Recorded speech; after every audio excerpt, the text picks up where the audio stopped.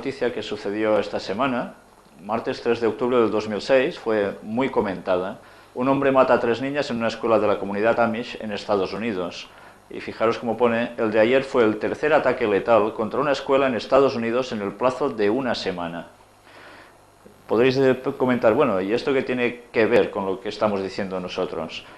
Pues bueno, si hubiésemos seguido enseñando las cartas de Invo, en el anterior tema que tuvimos, nos hubiésemos dado cuenta de que salía alguna de las cartas donde había asesinatos de estos tipos y además nos podíamos dar cuenta también de que estas situaciones pasan normalmente antes de que se presente una ley en el Congreso de los Estados Unidos para conseguir un objetivo en concreto. Puede ser que sea hecho expresamente, puede ser que sea influencias satánicas, el caso es que esto sucede. Y probablemente una ley tenga que salir como consecuencia de todo esto, y de esto algo ya se ha comentado. Pero vamos ya sin más a pasar al tema de hoy, que si el anterior tema os hizo pensar y descubrir una serie de datos fascinantes, dudo mucho que este nos sorprenda aún más. Hoy básicamente trataremos una sola profecía, porque su contenido es tan sumamente importante que merece ser tratada en profundidad. Abarca pasado, presente y futuro muy cercano, por tanto, nos concierne a nosotros, aunque lo desconozcamos o lo queramos desconocer. La técnica del avestruz, esconder la cabeza en el suelo, no nos va a evadir de lo que pasa a nuestro alrededor ni a nosotros. Introduciremos el tema de hoy con un consejo del apóstol Pedro, discípulo de Jesús, y que ahora lo vamos a ver aquí. Bueno, es un cuadro, ya veis que evidentemente él no era así, pero vamos a ver lo que nos dice en un texto de 2 de Pedro, capítulo 1, versículos del 19 al 21. Tenemos también la palabra profética más segura, a la cual hacéis bien en estar atentos como a una antorcha que alumbra en lugar oscuro, hasta que el día esclarezca y el lucero de la mañana salga en vuestros corazones, entendiendo primero esto, que ninguna profecía de la Escritura es de interpretación privada, porque nunca la profecía fue traída por voluntad humana, sino que los santos hombres de Dios hablaron siendo inspirados por el Espíritu Santo. Pues hagamos caso al apóstol e introduzcámonos en el estudio profético de hoy, que no es otro, sencillamente, que Daniel capítulo 2. Y para eso vamos a hacer la lectura de los versículos 1 hasta el 35. Nos vamos a situar en un capítulo totalmente profético y en el cual podremos ir viendo unos acontecimientos realmente sorprendentes. Vamos a empezar con la lectura a partir del versículo 1, iremos deteniéndonos a ratos, haciendo quizás algún leve comentario, y luego sí que iremos deteniéndonos parte por parte, desglosando el contenido de este capítulo. Vamos pues a empezar con el versículo 1. En el segundo año del reinado de Nabucodonosor, tuvo Nabucodonosor sueños, y se perturbó su espíritu y se le fue el sueño. Vamos a seguir viendo versículos.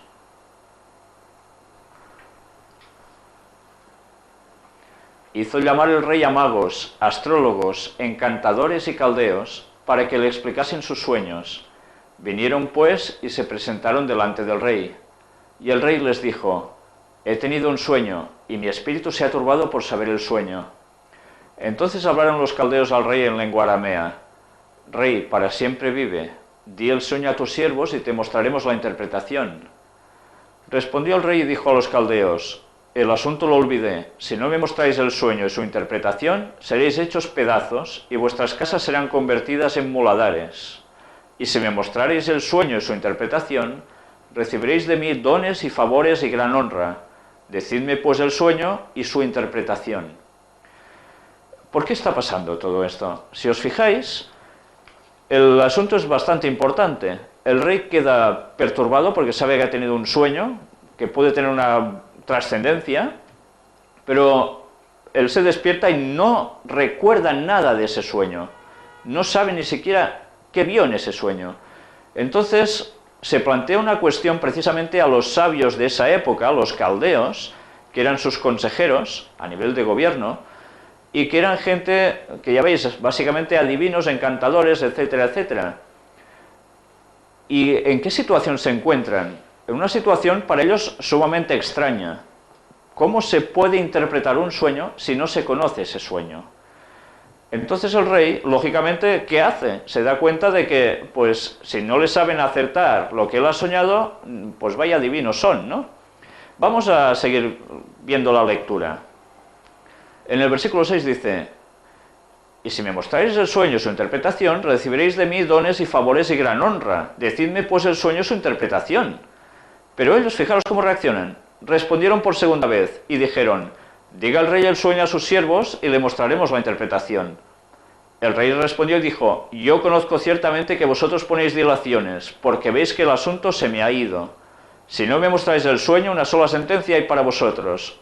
Ciertamente preparáis respuesta mentirosa y perversa que decir delante de mí, entre tanto que pasa el tiempo. Decidme pues el sueño para que yo sepa que me podéis dar su interpretación. O sea que el rey ya se olía que no sabrían interpretarlo. Los caldeos respondieron delante del rey y dijeron: no hay hombre sobre la tierra que pueda declarar el asunto del rey.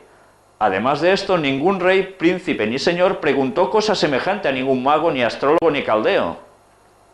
Porque el asunto que el rey demanda es difícil, y no hay quien lo pueda declarar al rey, salvo los dioses cuya morada no es con la carne. Por esto el rey, con ira y con gran enojo, mandó que matasen a todos los sabios de Babilonia. Imaginaros el panorama. Estos señores caldeos, estos sabios, se veían muertos, no tenían ninguna respuesta. Y lógicamente, los reyes de entonces, cuando mandaban, mandaban. ¿Y qué ejecuta, qué sentencia el rey sobre ellos? Pues que los maten a todos. El versículo 13 sigue diciendo: y se publicó el edicto de que los sabios fueran llevados a la muerte, y buscaron a Daniel y a sus compañeros para matarlos. ¿Por qué buscan a Daniel y a sus compañeros para matarlos? Pues Daniel era un judío cautivo, deportado desde su tierra a Babilonia, y él fue educado precisamente como príncipe que era, para poder servir en esta corte. Y él estaba considerado también uno de estos sabios. Luego vamos a analizar un poco esta historia. Fijémonos qué va diciendo aquí.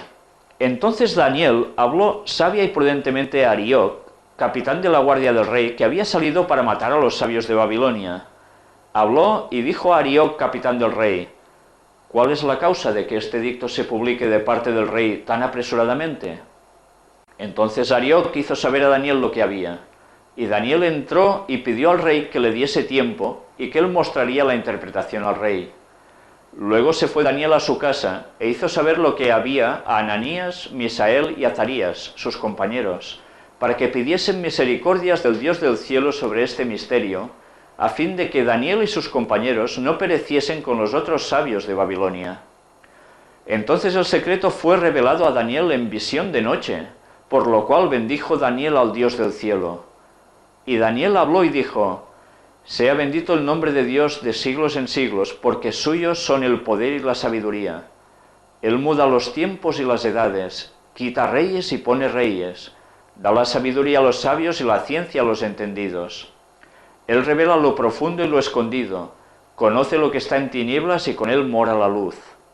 A ti, oh Dios de mis padres, te doy gracias y te alabo, porque me has dado sabiduría y fuerza, y ahora me has revelado lo que te pedimos, pues nos has dado a conocer el asunto del rey. Después de esto fue Daniel a Arioc, al cual el rey había puesto para matar a los sabios de Babilonia, y le dijo así: no mates a los sabios de Babilonia, llévame a la presencia del rey, y yo le mostraré la interpretación. Entonces Arioc llevó prontamente a Daniel ante el rey, y le dijo así: he hallado un varón de los deportados de Judá, el cual dará al rey la interpretación. Respondió el rey y dijo a Daniel, al cual llamaban Belsasar: ¿podrás tú hacerme conocer el sueño que vi y su interpretación? Daniel respondió delante del rey diciendo: el misterio que el rey demanda, ni sabios, ni astrólogos, ni magos, ni adivinos lo pueden revelar al rey. Pero hay un Dios en los cielos, el cual revela los misterios, y él ha hecho saber al rey Nabucodonosor lo que ha de acontecer en los postreros días. Fijaros bien en esta frase. He aquí tu sueño y las visiones que has tenido en tu cama. Y a partir de aquí empieza a relatarle Daniel todo el sueño que el rey había tenido. Fijaros en lo importante de lo que hemos leído hasta ahora. Daniel recibe esta visión, sus compañeros se alegran con él, pero ¿esto es sabiduría propia? Él reconoce en todo momento que esto le viene de Dios, no es nada innato. Pero vamos a seguir leyendo, también luego quizás hablaremos sobre esto. Vamos por el versículo 29. Estando tú, oh rey, en tu cama, te vinieron pensamientos por saber lo que había de ser en lo porvenir, y el que revela los misterios te mostró lo que ha de ser. Y a mí me ha sido revelado este misterio, no porque en mí haya más sabiduría que en todos los vivientes, sino para que se dé a conocer al rey la interpretación y para que entiendas los pensamientos de tu corazón. Fijaros, ¿por qué el rey estaba con estos pensamientos, preocupado en lo que sería, en el porvenir? Lógicamente, los reyes estaban preocupados por su reino, para saber cuánto tiempo iban a durar, si serían para siempre, si gobernarían más posesiones. Estos eran los pensamientos del rey en esa época. Y con estos pensamientos, Dios se pone en medio para ponerle algo en su corazón a través de un sueño. Vamos a seguir viendo qué es.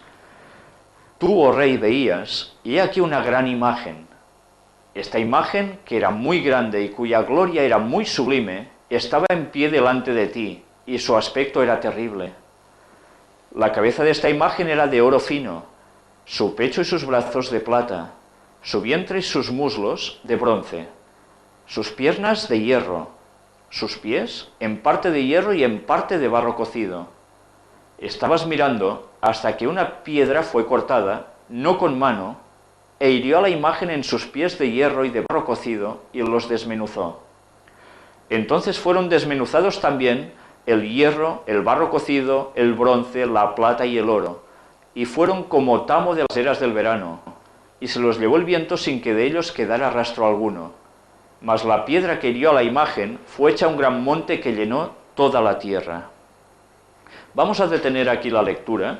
De momento vemos como Daniel le cuenta lo que ha soñado el rey, le describe una estatua que está delante de él, que es terrible, majestuosa, sublime, y le describe una estatua como de una persona subdividida por fracciones en partes del cuerpo que a su misma vez son distintos metales, ¿no? Que incluso aparece algo que no es ni metal y que aparece ya en los pies de esta estatua, y es el barro. Quedémonos de momento con lo que es el sueño, y luego vamos a ir viendo su interpretación. Para situarnos, diremos que Daniel vivió entre los años 606 al 535 a.C., y el Nabucodonosor que estamos viendo aquí es el rey de Babilonia. Vamos ahora entrando en detalles. Nabucodonosor, que ahora vamos a verlo en las imágenes. Bueno, este no es Nabucodonosor, este es Daniel. Que todos sabéis que se hizo famoso por estar precisamente lanzado a un pozo donde había leones y donde precisamente estaba sentenciado a muerte. Pero de allí sobrevivió, con algo majestuoso también que pasó. Pero bueno, ahora no es el caso para irnos por las ramas. Hablando de Nabucodonosor, rey de Babilonia, y su padre Nabopolassar, se caracterizaron por coger a los nobles de los países que conquistaban y no los mataban, sino que los instruían en las artes y las ciencias de su cultura, integrándolos en su imperio y alimentándolos de su propio manjar real. Daniel formaba parte de estos nobles judíos llevados en cautividad, como os decía antes, a Babilonia. Por cierto, es muy interesante leer también el capítulo 1 de este libro de Daniel, porque incluso nos habla hasta de nutrición, y cómo la nutrición afecta la claridad de nuestra mente para poder discernir mejor las cosas. Por otro lado, tenemos a los magos, que ahora iremos viendo también quiénes eran, que cumplían con todos los rituales supersticiosos. También aparecen los adivinos, que eran tiradores de suertes, los astrólogos, que aseguraban predecir los acontecimientos a través del estudio de los astros, los encantadores, que pretendían comunicarse con los muertos, a los cuales ahora quizás llamaríamos médiums, y los caldeos, que eran una secta de filósofos parecidos a los magos y astrólogos, que se dedicaban al estudio de las ciencias naturales y a las adivinaciones. Eran videntes. Pero vayamos por pasos. Daniel capítulo 2, versículos 10 y 11. Los caldeos respondieron delante del rey y dijeron: no hay hombre sobre la tierra que pueda declarar el asunto del rey. Además de esto, ningún rey, príncipe ni señor preguntó cosa semejante a ningún mago, ni astrólogo, ni caldeo, porque el asunto que el rey demanda es difícil, y no hay quien lo pueda declarar al rey, salvo los dioses cuya morada no es con la carne. Los considerados sabios, los caldeos, para poder interpretar el sueño del rey, debían de saber primero cuál era ese sueño. Sin esta base, decían, era imposible dar ninguna explicación. Leamos ahora los versículos 27 y 28 del mismo capítulo. Daniel respondió delante del rey diciendo: el misterio que el rey demanda, ni sabios, ni astrólogos, ni magos, ni adivinos lo pueden revelar al rey. Pero hay un Dios en los cielos, el cual revela los misterios, y él ha hecho saber al rey Nabucodonosor lo que ha de acontecer en los postreros días. He aquí tu sueño y las visiones que has tenido en tu cama. Daniel puntualiza que esto no era ningún poder inherente en él, ni de ninguno de sus compañeros, sino que Dios era el único que lo puede hacer y que lo revela a quien, siguiéndolo de todo corazón, él se lo quiere mostrar. Veamos la sucesión de diversos metales en la figura de la estatua y cuál es su significado. Vamos para eso a leer Daniel capítulo 2, versículos 31 y 32, mientras también estamos viendo aquí la imagen en su subdivisión. Tú, oh rey, veías, y he aquí una gran imagen. Esta imagen, que era muy grande y cuya gloria era muy sublime, estaba en pie delante de ti, y su aspecto era terrible. La cabeza de esta imagen era de oro fino, su pecho y sus brazos de plata, su vientre y sus muslos de bronce. Fijémonos precisamente en la cabeza de oro, que sería... ¿Quién sería la cabeza de oro? Dice, cabeza igual a Babilonia, 605 a.C. al 539 a.C., lo que duró este imperio. Por tanto, la cabeza de oro sería Nabucodonosor, que fue el rey de Babilonia, y vemos aquí, precisamente en este mapa, la zona geográfica que abarcaba su dominio. El rey y el reino, en esta parte bíblica, es básicamente sinónimos. Por eso, si hablamos de rey como rey de Babilonia, se está refiriendo también a todo su imperio en trascendencia. Pues ya veis cuáles eran sus dominios. El imperio babilónico fue el de más esplendor de toda la historia. Sus famosos jardines colgantes, considerados una de las 7 maravillas del mundo antiguo, y la riqueza de sus habitantes así lo constata. Pero cuando se creían inexpugnables y que perdurarían para siempre, sucedió lo más inesperado. Media y Persia, que aquí vamos viendo quiénes eran estos personajes, potencias inferiores a Babilonia durante la vida de Nabucodonosor, fueron unidas a Lidia, que aquí vemos el mapa donde estaba situado. Si os dais cuenta, es precisamente en el extremo izquierdo del mapa. Fueron unidas a Lidia precisamente por Ciro, al cual aquí veis, y yo no sé si os fijáis en qué lleva en su casco. Si os dais cuenta, ¿no lleva una estrella de 5 puntas? ¿De dónde saldrá todo este enigma de la estrella de 5 puntas? Estamos viéndolo marcado aquí con un puntito rojo. ¿Os dais cuenta dónde está situada? Yo no quiero decir que Ciro estuviera puesto en masonería, ni mucho menos, pero sí que desde esas culturas antiguas todo el tema de la masonería surge y sus símbolos están sacados de esos tiempos. Pues sigamos con Ciro. Era el rey de Persia. Después de la muerte de Nabucodonosor, en el año 562 a.C., el imperio babilónico decayó rápidamente. Los medopersas aprovecharon cierta fiesta de los babilonios, una gran bacanal, para desviar durante la noche el río Éufrates, que pasaba justo por el medio de la ciudad, que por cierto estaba amurallada en todo su recorrido por el interior de la ciudad, Así, si alguien entraba y pasaba por allí, saliese tal y como entró, sin poder acceder al interior de la ciudad. Pero en algunos de los lados de esa muralla interna habían puertas de acceso a la ciudad, eso sí, celosamente custodiadas todos los días, todos menos aquel, porque todos iban muy contentos, ¿ya me entendéis? Precisamente por allí se introdujo el ejército medo-persa, aprovechando que el cauce del río quedó casi seco, y consiguieron entrar por aquellas puertas con mucha facilidad. Así, en una sola noche, el magnífico imperio de Babilonia cayó, tal como Daniel lo había pronosticado por revelación divina, y él mismo vivió este hecho, ya de anciano. Esto lo podéis acabar de complementar en el capítulo 5 de Daniel, que tampoco tiene ningún desperdicio. Y pasemos ahora a Daniel capítulo 2, versículo 32, parte central. Vamos a ver qué nos ponía aquí. Después de poner la cabeza de esta imagen era de oro fino, ¿qué nos dice? Su pecho y sus brazos de plata. Vamos a comparar el texto con Daniel 2, versículo 39. Y después de ti se levantará otro reino inferior al tuyo. ¿Qué está diciendo aquí? Sencillamente, si estamos haciendo este paralelismo es para darnos cuenta de que lo que está tratando el sueño, esa estatua dividida en distintos metales, no es otra cosa que una sucesión de imperios. Vamos a ir viéndolo esto con más detalle. Pechos y brazos de plata.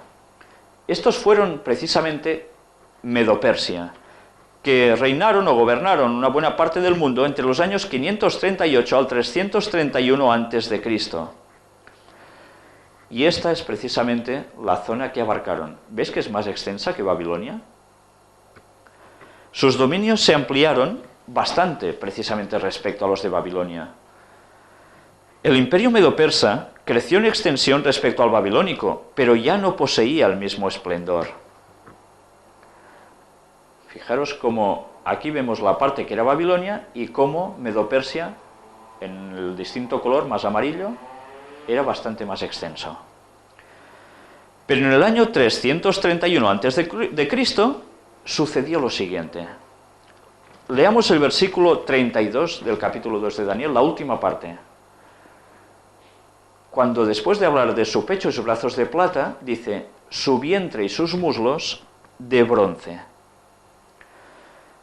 Fijaros, si hasta ahora era un reino sucedido por otro reino, ¿no es lógico también que el otro metal que nos está citando después del pecho y los brazos sea otro reino?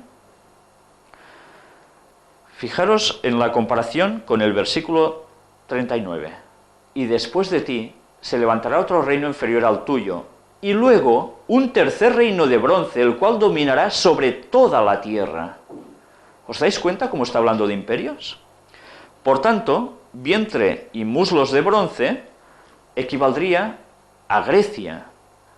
Y Grecia fue un dominio aplastante entre los años 331 al 168 a.C.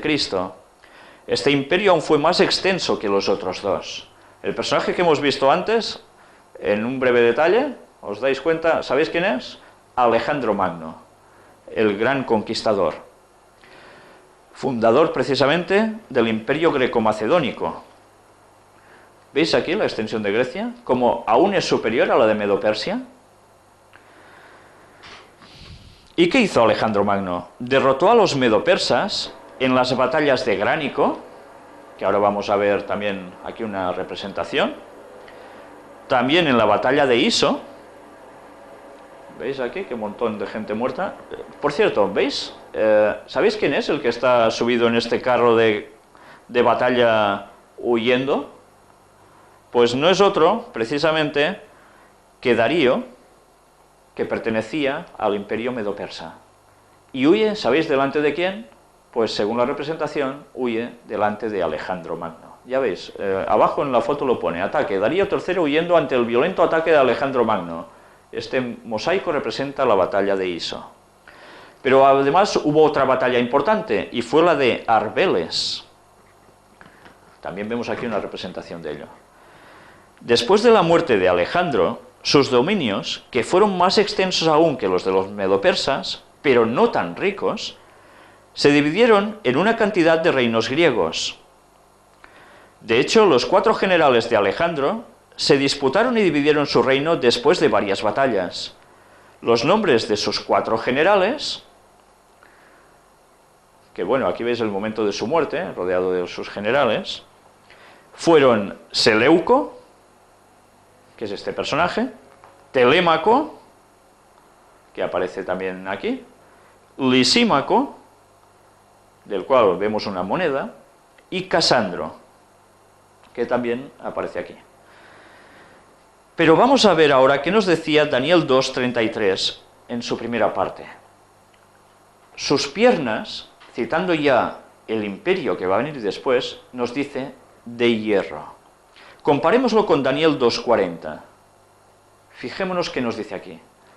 Y el cuarto reino será fuerte como hierro, y como el hierro desmenuza y rompe todas las cosas, desmenuzará y quebrantará todo.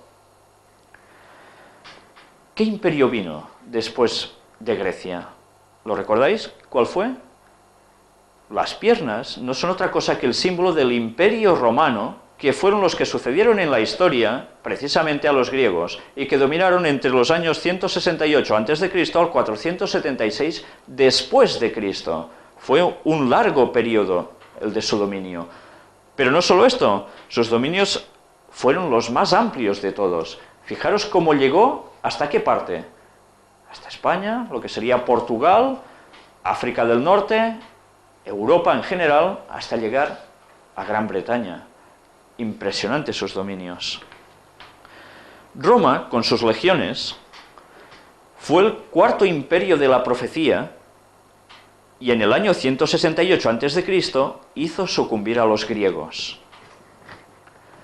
Las descripciones del Imperio Romano, el más extenso de todos, denotan la dureza de su poder, pero también este se desvanecería. Daniel 2:33, última parte. Después de sus piernas de hierro dice, sus pies en parte de hierro y en parte de barro cocido. Vamos a compararlo con Daniel 2, versículos del 41 al 43. Lógicamente, Roma no duró siempre. ¿Qué sucede después? Y lo que viste de los pies y los dedos, en parte de barro cocido de alfarero y en parte de hierro, será un reino dividido. Increíble, ¿eh? Será un reino dividido. ¿Qué está queriendo decir con esto? Luego lo veremos. Mas habrá en él algo de la fuerza del hierro, así como viste hierro mezclado con barro cocido. No sé si os habéis fijado, pero ¿os dais cuenta cómo el hierro, representación de Roma, aunque Roma desaparece como imperio, sigue permaneciendo? Aunque ahora mezclado con barro. Luego iremos viendo el porqué de todo esto. El versículo 42 añade, y por ser los dedos de los pies en parte de hierro y en parte de barro cocido, el reino será en parte fuerte y en parte frágil. Así como viste el hierro mezclado con barro, se mezclarán por medio de alianzas humanas, pero no se unirán el uno con el otro, como el hierro no se mezcla con el barro. Entonces, ¿qué son estos pies en parte de hierro y en parte de barro? ¿Qué sucedió al final del Imperio Romano? Aparece la Europa que luego pasó a formar lo que ahora conocemos como tal. Nosotros pertenecemos a este continente y hemos visto como en un principio Europa, y ahora explicaremos un poco su historia, fue una mezcla entre tribus bárbaras que bajaron desde el norte, más los habitantes que ya estaban extendidos por Europa, y de allí van surgiendo las naciones europeas que vamos conociendo todos a través de los años. Vamos viendo cómo las tribus germánicas del norte de Europa, que eran estos bárbaros, que aquí tenemos un dibujito de cómo podían ser, se encargaron, ya veis aquí el mapa de dónde bajaban, anglosajones, francos, vándalos, lombardos, burgundios, etcétera, etcétera, iban bajando del norte de Europa, se encargaron de derribar el último de los grandes imperios. Una vez establecidos en el territorio del imperio, dieron nacimiento a las actuales naciones de Europa occidental. de los cuales ya veis aquí un mapa súper extenso con muchos países diversos. A pesar de todo, hay algo interesante que quiero comentaros. ¿Por qué bajaron los bárbaros desde el norte? No se sabe a ciencia cierta. Unos dicen que quizás era porque pasaba mucho frío y no tenían calefacción, pero bueno, esto no, evidentemente no es la mejor solución a esta incógnita. Pero sí se sabe que bajaron de un modo apabullante, empezaron a guerrear con el Imperio Norte en sus fronteras de la parte romana, y fueron bajando, posesionándose de todos los antiguos territorios romanos. Hay incógnita aún de por qué lo hicieron. Los historiadores no se han puesto de acuerdo y aún no lo saben. El caso es que bajaron y veremos cómo precisamente a través de ellos se da cumplimiento a la profecía. El Imperio Romano no cayó víctima de un solo imperio, sino precisamente por tribus que se fueron coaligando y cogiendo más territorios juntos. ¿Recordáis? Daniel 2:41 decía, será un reino dividido. Esto quiere decir que serían diferentes estados. También decía, en parte fuerte y en parte frágil, decía el versículo 42. O sea que será potente, pero no del todo. Unas naciones serán fuertes, otras débiles. También decía, se mezclarán por medio de alianzas humanas, pero no se unirán el uno con el otro. Esto nos lo decía el versículo 43. ¿Qué es esto de se unirán por medio de alianzas humanas? Pero que no terminarán de unirse el uno con el otro. Vamos a explicar un poco, hacer un repaso de historia.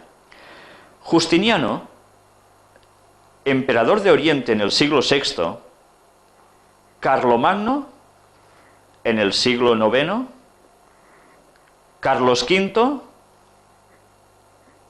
y Felipe II en el siglo XVI, Luis XIV en el siglo XVII y también en el XVIII, ya veis qué bonito iba vestido el señor, el Kaiser Guillermo II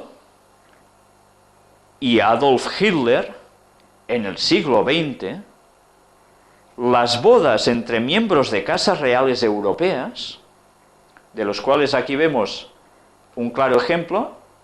¿Sabéis quiénes son? Son los reyes de España. Y durante su boda, bueno, aquí lo vemos en detalle, vamos a preguntarnos, ¿de dónde es el rey Juan Carlos y de dónde es doña Sofía? ¿De dónde son originarios? ¿Don Juan Carlos es nacido de España? No, es italiano. ¿Y doña Sofía? Es griega. ¿Y dónde están mandando? ¿En alguno de esos dos países natales? No, están mandando precisamente en España.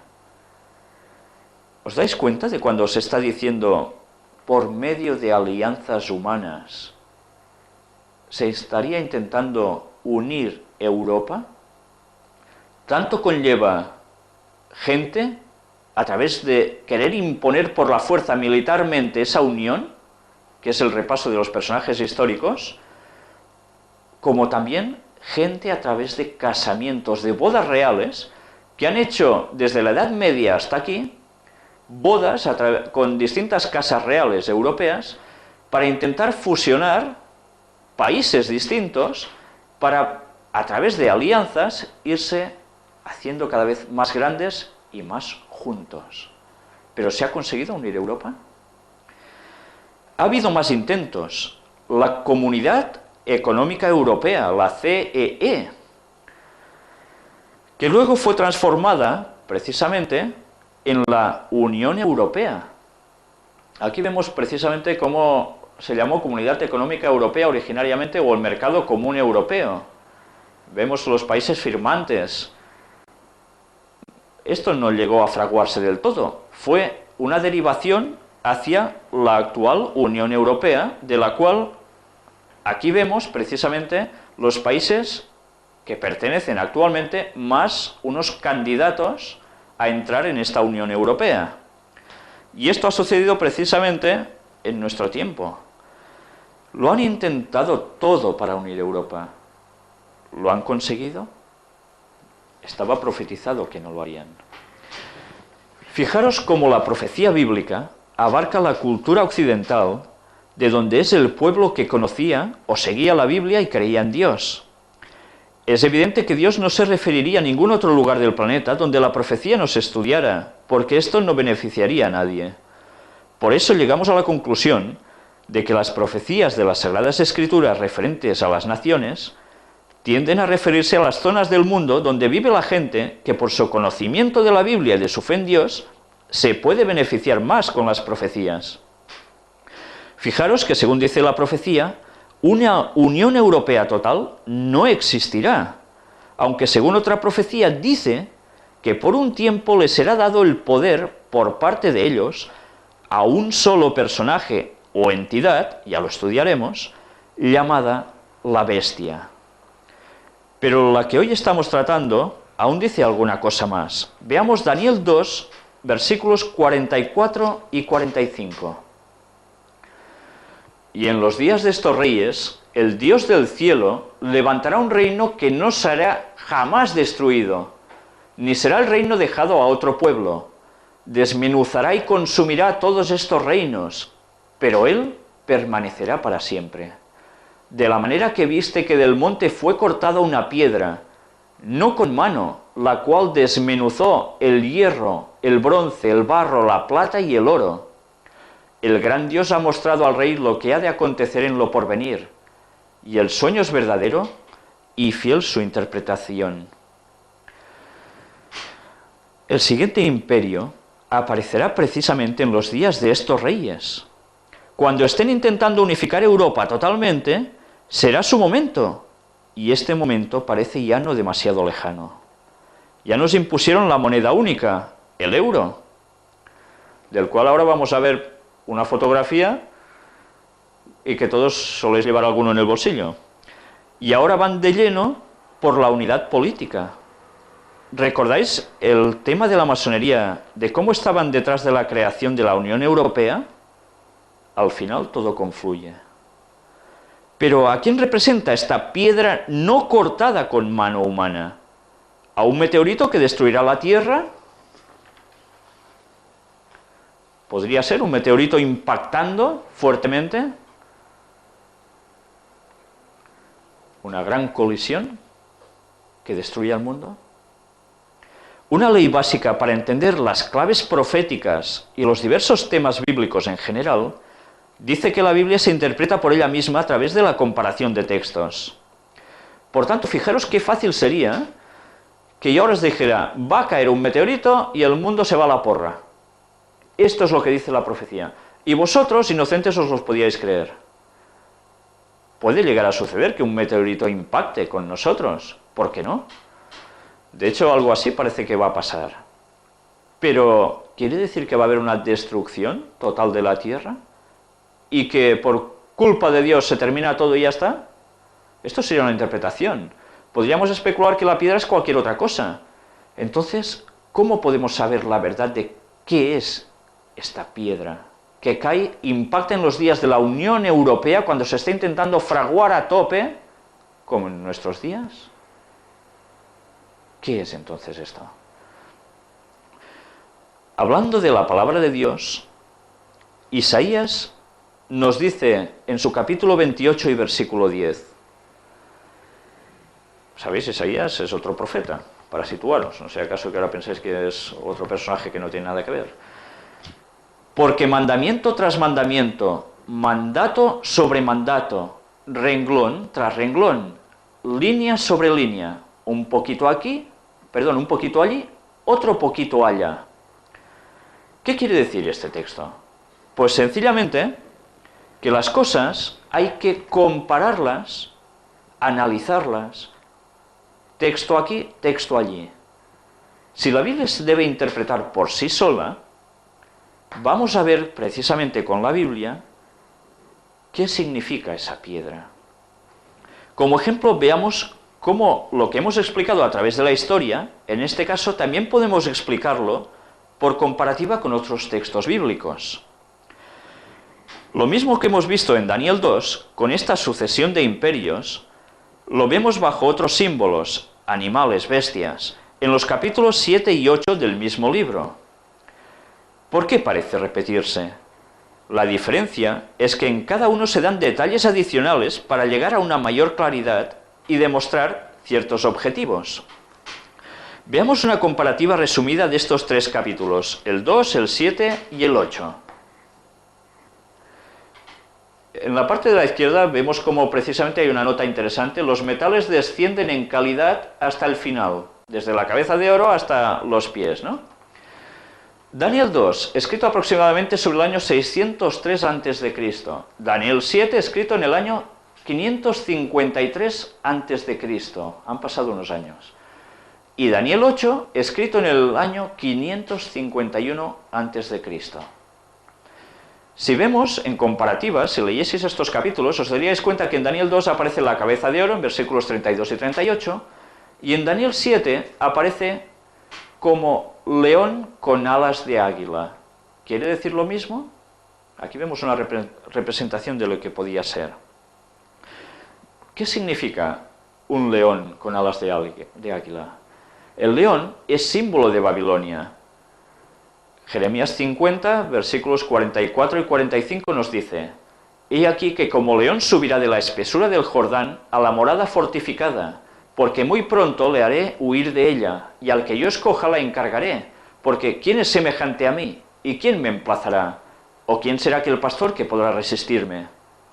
Por tanto, oíd la determinación que Jehová ha acordado contra Babilonia y los pensamientos que ha formado contra la tierra de los caldeos», sinónimo de Babilonia.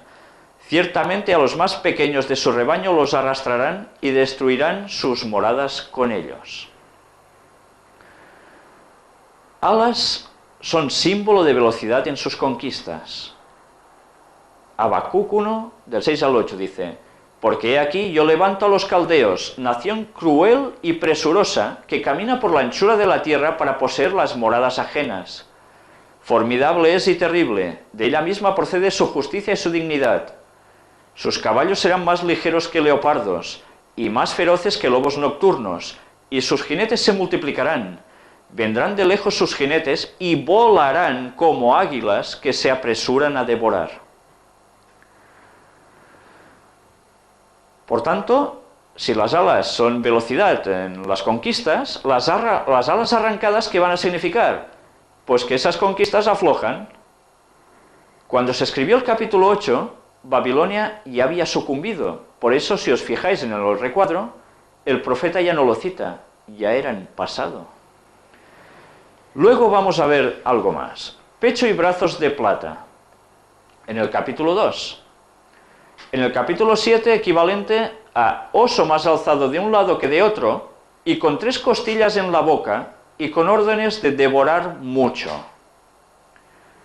Más o menos sería esto lo que pudo ver el profeta. Vamos a ver, ¿qué significa este oso más levantado de un lado que de otro, y con 3 costillas entre los dientes, devorando mucha carne?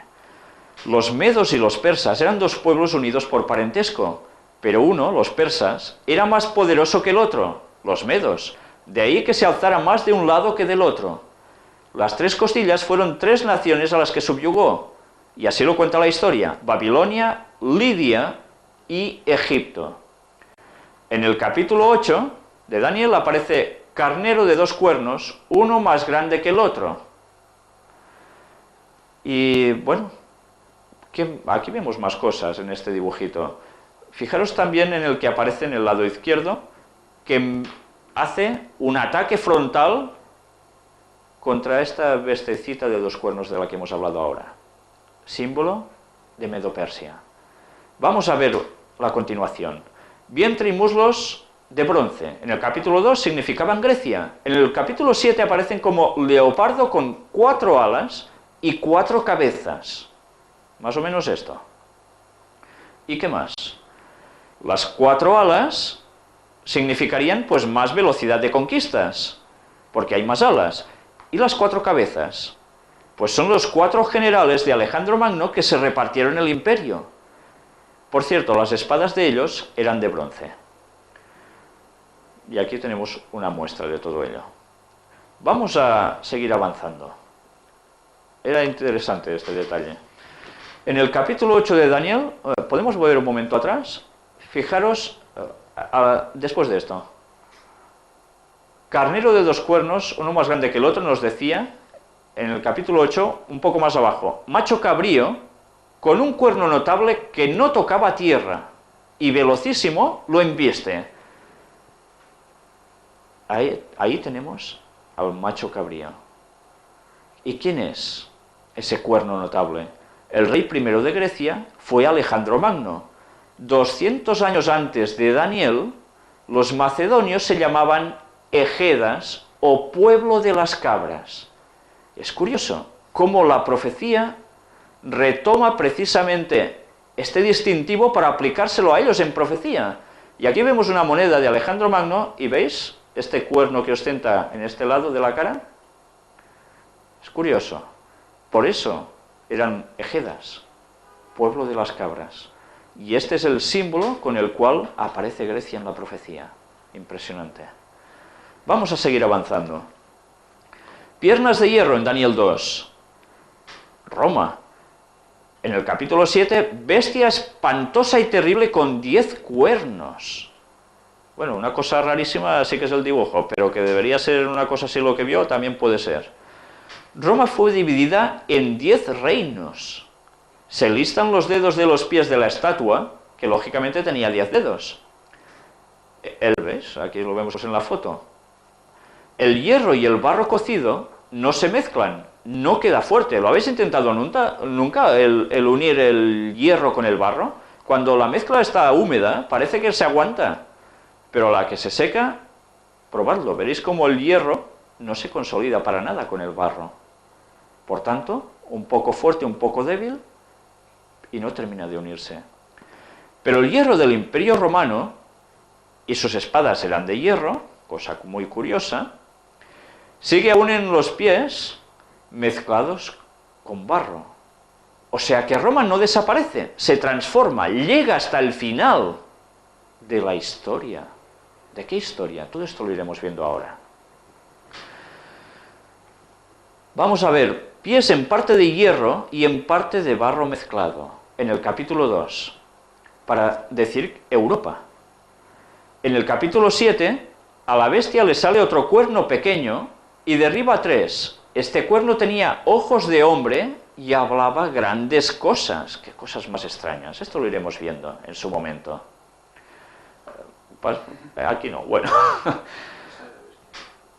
Bueno, no nos sale la bestia. Vamos a pasar al capítulo 8, donde dice que esta bestia tan increíble, ¿qué hace? Ataca al pueblo de Dios y a sus creencias. Y esto nos lo narra en los versículos del 9 al 25. Yo solo quiero citaros algo muy curioso. Si os fijáis, ¿por qué pone que el significado es Europa, Roma papal? ¿Qué es esta bestia que le sale otro cuerno pequeño? Si estábamos hablando de una bestia que simbolizaba Roma,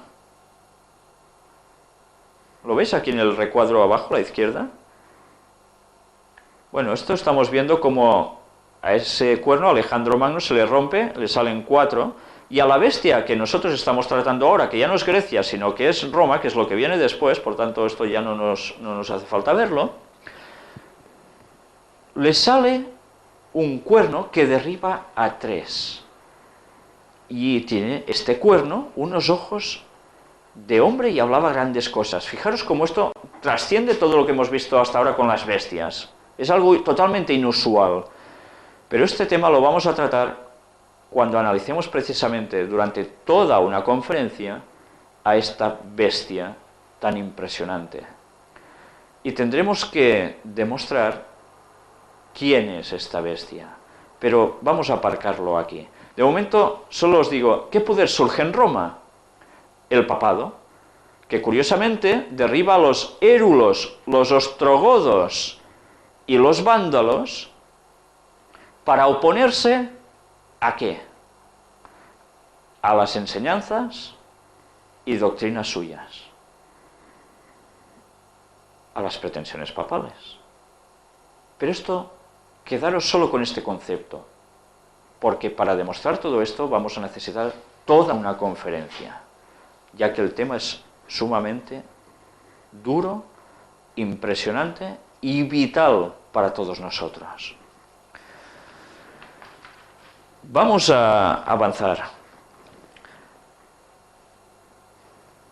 Si nos vamos dando cuenta, es impresionante notar que el profeta dice hasta el nombre de los imperios años antes de que surjan.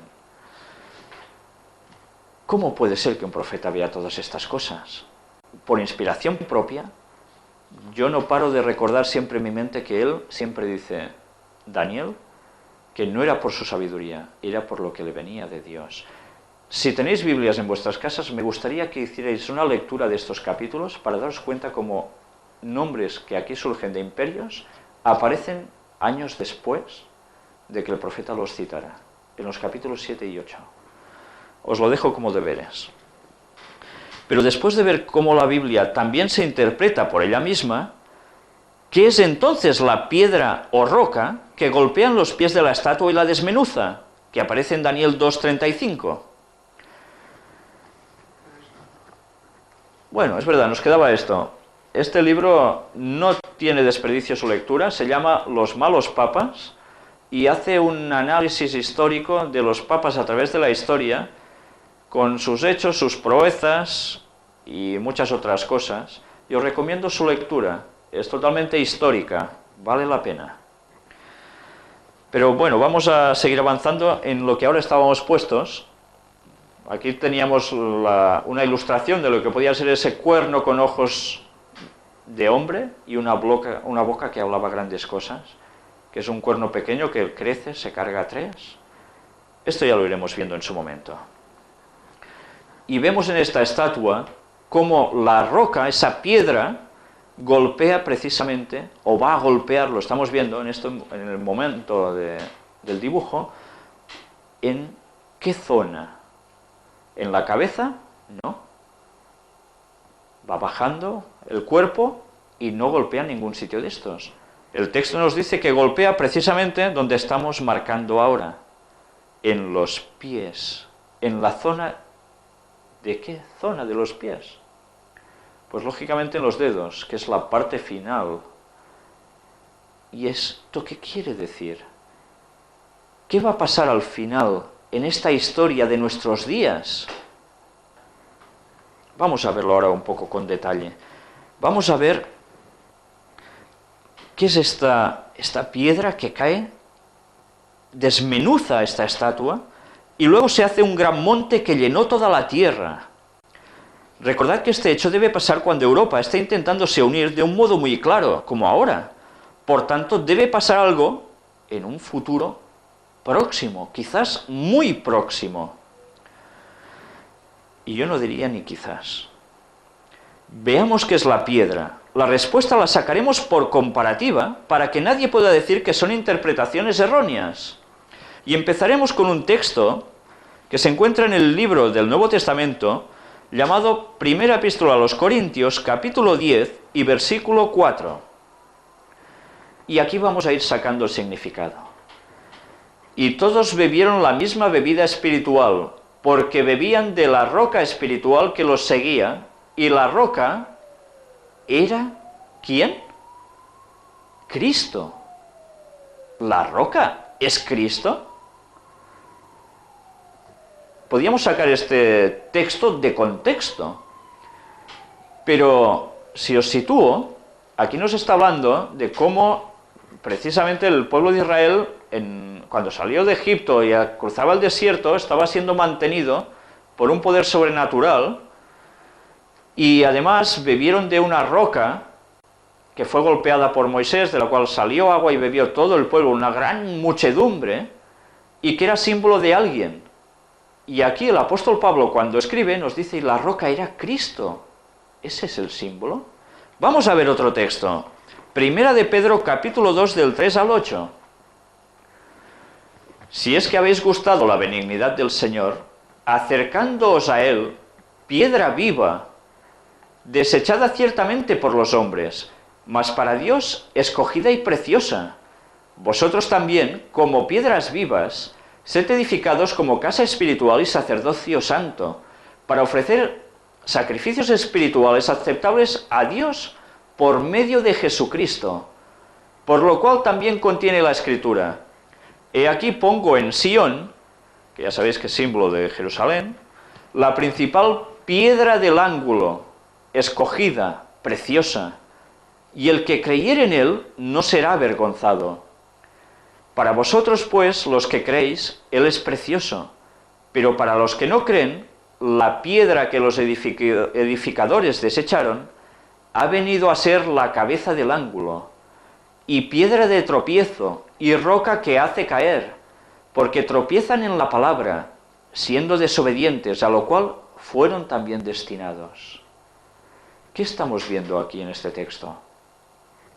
Nos está haciendo una descripción de una piedra angular sobre la cual se construía un edificio antiguamente. No era como ahora, en los cuales hay fundamentos, donde se cimenta con hormigón, se levanta todo un edificio. No, antes se elegía una piedra angular en la cual reposaría todo el edificio. Esa piedra era precisamente la ideal para poder soportar toda esa enorme estructura. Y era una piedra básica. Si esa piedra buena era rechazada y se escogía otra, no tan, diría yo, esencial, básica para poder levantar ese edificio encima, el edificio peligraba y se podía caer todo. La base sería mala. ¿Y aquí a quién está haciendo referencia el apóstol cuando escribe esto? Pues sencillamente a Jesucristo, que apareció ¿dónde? En Sión, en el pueblo de Palestina, en Israel, en Jerusalén. Y del cual los propios judíos, ¿qué hicieron con él? ¿Lo aceptaron como el Mesías? Lo rechazaron. Y aquí nos dice que Jesucristo es el símbolo, otra vez, de piedra. Vamos a ver otro texto. Hechos 4, los Hechos de los Apóstoles, capítulo 4, versículos 11 y 12. Este Jesús es la piedra reprobada por vosotros los edificadores, la cual ha venido a ser cabeza del ángulo, y en ningún otro hay salvación, porque no hay otro nombre bajo el cielo dado a los hombres en que podamos ser salvos. Otra vez más, ¿tengo que dudar yo de que esto vuelva a suceder? ¿Sabéis? Esta profecía incluso no cita nada del nacimiento de Jesús. ¿Habéis visto que hemos pasado por el Imperio Romano y en ningún momento hemos percibido un detalle especial? Pero sí, en cambio, el profeta trasciende el tiempo y va hasta el fin de los tiempos, donde aparece Jesucristo interviniendo en la historia de la humanidad de un modo drástico, final. ¿Qué importancia tan grande debe tener esto? Que incluso la venida del Mesías por primera vez no sea citada y en cambio sí sea su segunda venida, aunque hay profecías que hablaban del nacimiento de Jesús. Sería interesante tener todo un tema al respecto. Fijaros cómo precisamente hay una cosa curiosa, antes nos lo he dicho, el libro bíblico de los Salmos está plagado de referencias que hablan de la roca como este Mesías, como este Salvador, ¿no? Vamos a ver si Jesús regresa pronto.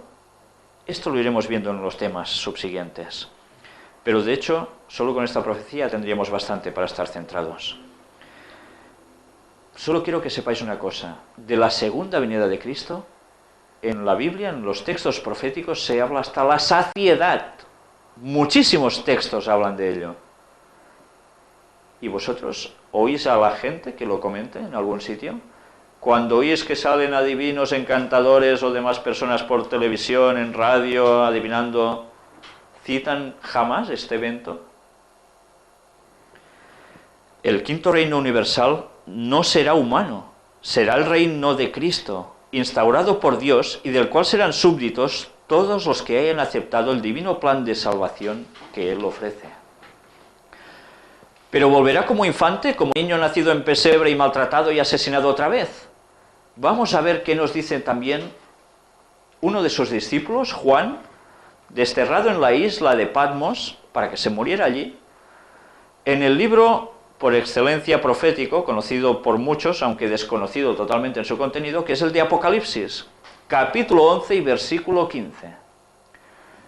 El séptimo ángel tocó la trompeta y hubo grandes voces en el cielo que decían: los reinos del mundo han venido a ser de nuestro Señor y de su Cristo, y Él reinará por los siglos de los siglos. Vendrá en calidad de soberano, que reinará para siempre. Como os decía, hay varias profecías que vaticinan el regreso de Jesús y entran en todo lujo de detalles. Si las queréis conocer, sabréis cómo y cuándo va a pasar este extraordinario hecho, porque para que esto pase, deben pasar algunas otras profecías primero, y unas cuantas ya están pasando. Ya lo hablaremos. Pero recordad que alguien, como vimos en anteriores charlas, va a venir simulando ser Jesús, y hará caer a todas las religiones y denominaciones que esperan a un Mesías Salvador y Redentor en su magnífico engaño. La masonería luciferana, junto con la bestia, de la que pronto trataremos, son los encargados de prepararle el camino. Si nosotros no conocemos la verdad, también sucumbiremos a su falsedad, y nos lo jugamos absolutamente todo.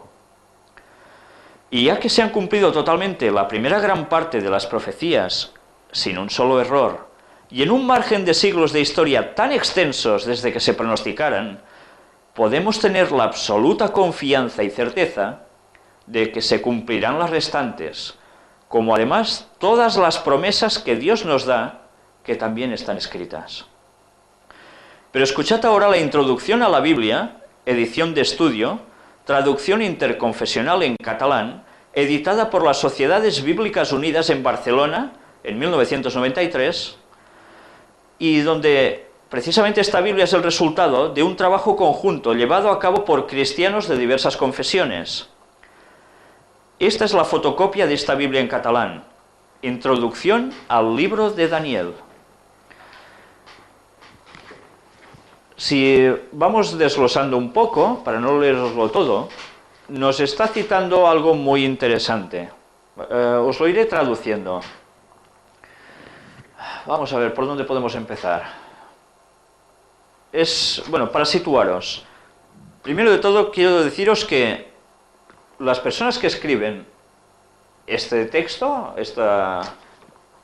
¿cómo os diría yo? Esta entrada al libro, esta introducción, son personas de diversas denominaciones cristianas que se han juntado para hacer una traducción al catalán de la Biblia, y que ellos, en su introducción, ponen sus, ¿cómo os diría yo?, sus opiniones personales al respecto, lo que creen ellos. Y vamos a ver cómo definen precisamente a Daniel como un personaje que no existió. ¿Cómo que no existió Daniel? Y que además fue escrito en un tiempo que nada tiene que ver con lo que yo os he dicho hasta ahora. Lo sitúan incluso en el siglo II antes de Cristo. Y que se escribió, yo quizás es que prefiero decíroslo así a que no ir traduciendo los puntos de los que aquí se narra. Luego, si queréis, si entendéis el catalán, lo podéis hacer vosotros mismos. Si no, aparte ya os lo iré diciendo. Estas personas están diciendo de que el personaje de Daniel, que no existió, fue la idea de algún personaje, de algún escritor judío, que viendo los problemas que tenían frente al imperio, que los estaba mandando en ese entonces, y viendo de que el pueblo empezaba a desfallecer, se inventó un personaje al cual lo situó en una historia del pasado, en los años de Nabucodonosor en Babilonia, ficticiamente, y desde allí les sugiere de que resistan y que Dios al final es el que va a triunfar, ¿no? Esto es cierto. Es que incluso se atreven a decir de que la profecía que nosotros hemos estado tratando, cuando llega a cierto punto, no es la bestia de la que nosotros vamos a citar en estas conferencias, sino que es un personaje llamado Antíoco IV Epífanes, situado entre los años 175 al 164 a.C. Veremos si esto es cierto en su momento, pero ahora nos interesa saber si verdaderamente Daniel existió o es solo un mito. ¿Puedes avanzar otra toma? Bueno, vamos a seguir avanzando para no seguir leyendo en todo esto. En la publicación de esta Biblia participaron, como decía, diversas confesiones cristianas. Han redactado sus notas marginales y las introducciones a los libros. Lo mismo que hemos leído aquí, o os he citado yo aquí, se enseña en los seminarios de teología católica. Años atrás era imposible para un protestante aceptar esto como parte de sus creencias, el pensar de que Daniel no existió. ¿Qué ha cambiado y por qué? ¿Tendrá algo que ver con el ecumenismo? ¿El propósito de unir las iglesias? Daniel, afirman ellos, no existió. Según dicen, el libro que lleva su nombre se escribió en épocas posteriores a las narradas. En consecuencia, si suprimen la autenticidad del personaje y su historia, también suprimen su contenido y, lo que es peor, su interpretación profética. Pues no nos vamos a marchar sin aclarar la certeza de su existencia. Un arqueólogo inglés, llamado Archer, estudió unos documentos muy antiguos encontrados en Irak. Había un pueblo dividido por un río, mitad en cada lado. Era un pequeño afluente del río Éufrates, de este que estamos viendo aquí. Entre los habitantes estalló una guerra entre los hombres, mientras las mujeres lloraban. Contendían por un objeto. Las dos partes del pueblo lo querían en su lado porque creían que les traería una bendición especial. El rey Sennacherib, que aquí lo veis, decidió poner fin al asunto interviniendo allá. Puso aquel objeto atado en mitad del puente para que las dos partes recibiesen su bendición. La pelea era por un sarcófago lleno de huesos del cadáver de un profeta. Los que habían conocido en vida a aquel profeta creían que hasta sus huesos podían ser fuente de bendición. Aquel profeta era Daniel. ¿Qué debe decir este profeta en su libro para intentar aún hacerlo pasar por inexistente? Pronto lo descubriremos. Para quien quiera más detalles de la controversia de la certeza del contenido del libro de Daniel, un libro titulado Descubrimientos Orientadores, en sus páginas 75 a 77, dice, vamos a verlo aquí.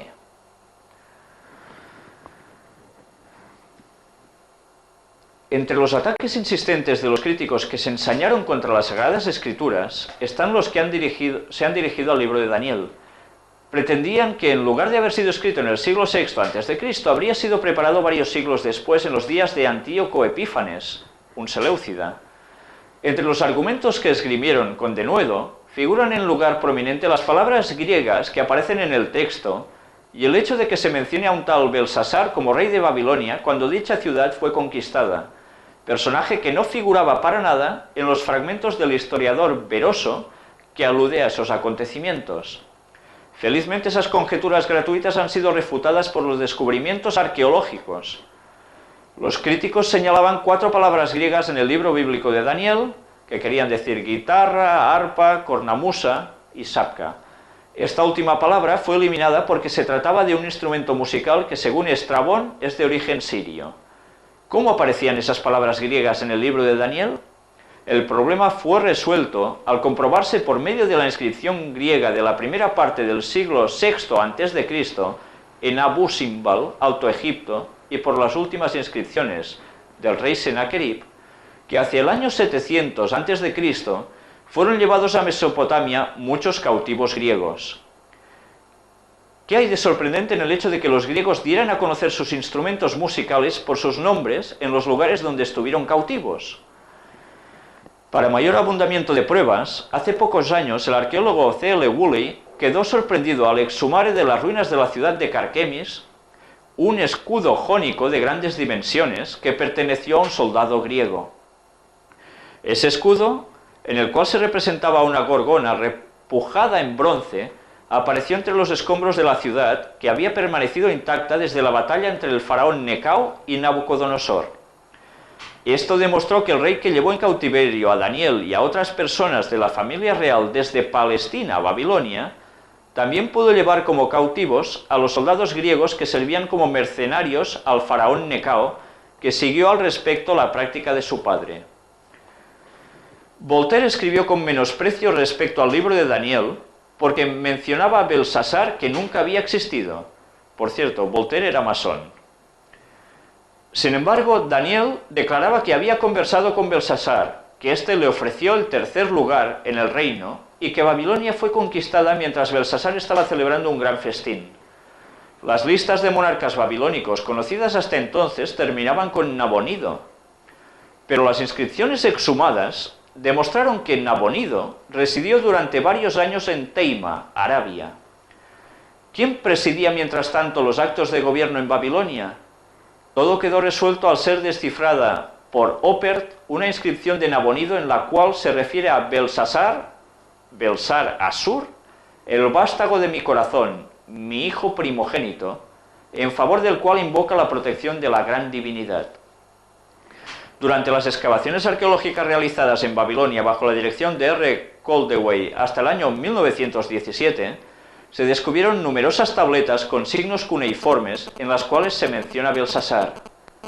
Las traducciones de las mismas, publicadas por R. P. Dougherty en 1929, demuestran claramente que Nabonido confió el trono a su hijo Belsasar, quien, como lo indica el libro bíblico de Daniel, era el segundo en jerarquía dentro de Babilonia. Ya veis cómo la arqueología no hace nada más que dar pruebas de la existencia de lo que este libro está citando. Entonces, ¿a quién le debe interesar tanto que Daniel no haya existido? ¿A quién le debe interesar tanto que el contenido del libro de Daniel no sea cierto? ¿No será que lo que allí pone puede cambiar la perspectiva de las personas que lo lean? Yo estoy convencido de que sí. Fijaros precisamente en un texto escrito por el apóstol Pablo en Primera de Tesalonicenses, capítulo 5 y versículo 20. Es todo un consejo. No menospreciéis las profecías. Y esto es lo que nosotros no debemos hacer jamás, menospreciarlas. Solo estudiando las profecías a fondo nos vamos a dar cuenta de que hay algo más, cosas que ni se nos dicen siquiera, y que señalan el segundo retorno de Cristo. La venida de Jesús en nuestros días puede ser lo que nos dice Daniel 2. Hay más profecías que dan más detalles al respecto para saber en qué momento de nuestros días va a aparecer el Mesías. Pero recordad, alguien trabaja para preparar el terreno a Satanás, a Lucifer, haciéndose pasar por Jesús antes de que el verdadero venga. No debemos olvidar este detalle. Y vamos a saber quiénes trabajan para esto. Antes dijimos, y hemos ido descubriendo, cómo lo hacían las sociedades secretas, la masonería luciferana. Pero hay otros poderes de los cuales la Biblia nos habla muy en detalle y nos advierte, porque ellos van a hacer precisamente que eso sea un hecho. Y nosotros debemos saberlo para que no nos coja desprevenidos.